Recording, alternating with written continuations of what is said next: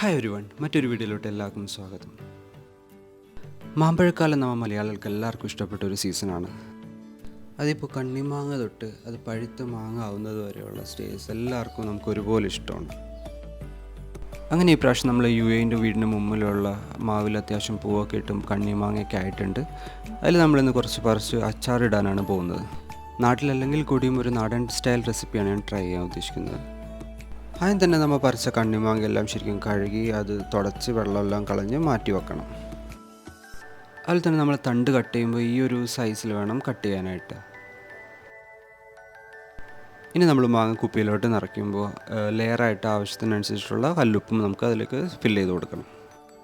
നാടൻ ഭരണി കിട്ടാതിരുന്നതുകൊണ്ട് ഞാനിവിടെ ഒരു ചില്ല് ഭരണിയാണ് യൂസ് ചെയ്തിരിക്കുന്നത്.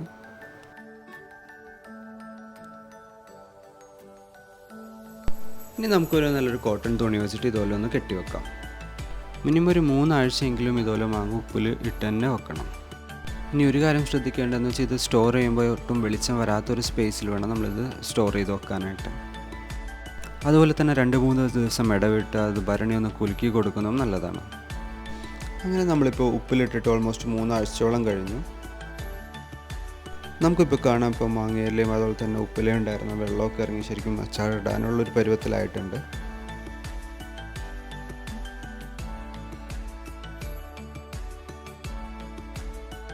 അടുത്തായിട്ട് നമ്മൾ ഈ ഉപ്പിലിട്ട മാങ്ങ ഒന്ന് നല്ല രീതിയിൽ അരിച്ചെടുക്കണം. നമ്മുടെ കണ്ണിമാങ്ങയൊക്കെ നല്ലോണം ചുരുങ്ങി നല്ല രീതിയിൽ റെഡി ആയിട്ടുണ്ട്. ഈ അരിച്ചു വെച്ച വെള്ളം നമ്മൾ ഒരിക്കലും കളയരുത് കേട്ടോ. ഈ വെള്ളം യൂസ് ചെയ്തിട്ടാണ് നമ്മൾ ഇനി മസാല കൂട്ടാൻ പോകുന്നത്. ഇനി മസാലക്കായിട്ട് ഞാനിവിടെ ഒരു 100-150 ഗ്രാം കടുക് എടുത്തിട്ടുണ്ട്. അതുപോലെ തന്നെ കുറച്ച് ഉലുവ, അതുപോലെ തന്നെ കായപ്പൊടി, കുറച്ച് മഞ്ഞൾപ്പൊടി, പിന്നെ ഒരു 200-150 ഗ്രാം മുളക് ആവശ്യത്തിന് നമ്മുടെ എരിവിനനുസരിച്ചിട്ട്. ഇതിൽ ഞാൻ ഇപ്പോൾ കുറച്ച് കാശ്മീരിയും മിക്സ് ചെയ്തിട്ടുണ്ട്. അടുത്തായിട്ട് നമ്മളെടുത്ത് വെച്ച മസാല ഐറ്റംസ് എല്ലാം ജസ്റ്റ് എടുത്തൊന്ന് ചൂടാക്കി എടുത്ത് വെക്കാം.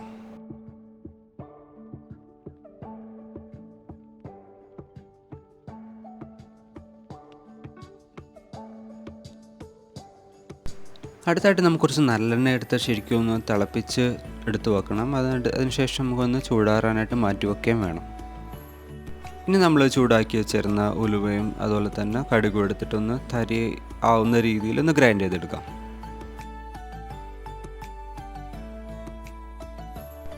അടുത്തായിട്ട് നമ്മൾ ചൂടാക്കി വെച്ചിരുന്ന മസാലക്കൂട്ടും അതുപോലെ തന്നെ കടുകും എല്ലാം ഗ്രൈൻഡ് ചെയ്തെല്ലാം കൂടി ഒന്ന് ശരിക്കും ഒന്ന് മിക്സ് ചെയ്തെടുക്കാം.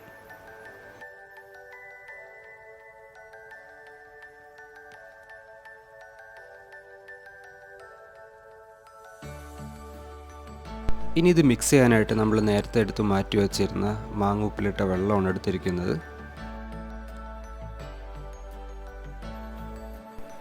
അങ്ങനെ നമ്മുടെ മസാലക്കൂട്ട് ഓൾമോസ്റ്റ് റെഡിയായി.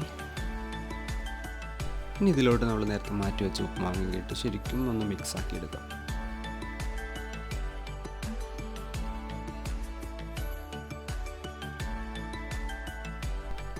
അങ്ങനെ നമ്മുടെ കണ്ണിമാങ്ങ അച്ചാറ് റെഡി ആയിട്ടുണ്ട് കേട്ടോ.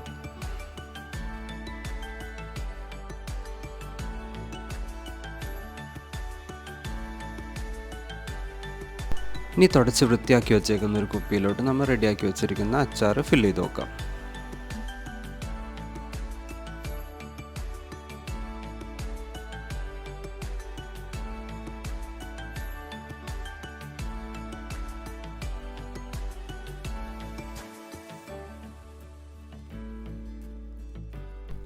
അടുത്തായിട്ട് നമ്മൾ നേരത്തെ തിളപ്പിച്ച് ചൂടാറ്റി വെച്ച് നല്ലെണ്ണ എടുത്ത് ഇതിൻ്റെ മുകളിൽ ഇതുപോലെ ഒഴിച്ചു കൊടുക്കണം.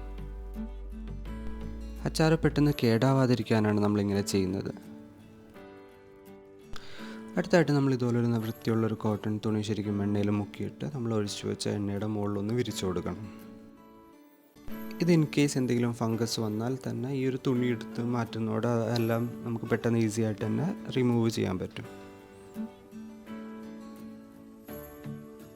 ഇനി നമ്മൾക്ക് ഈ കുപ്പി നമ്മൾ നല്ല രീതിയിൽ ടൈറ്റായിട്ട് തന്നെ ക്ലോസ് ചെയ്ത് വെക്കണം.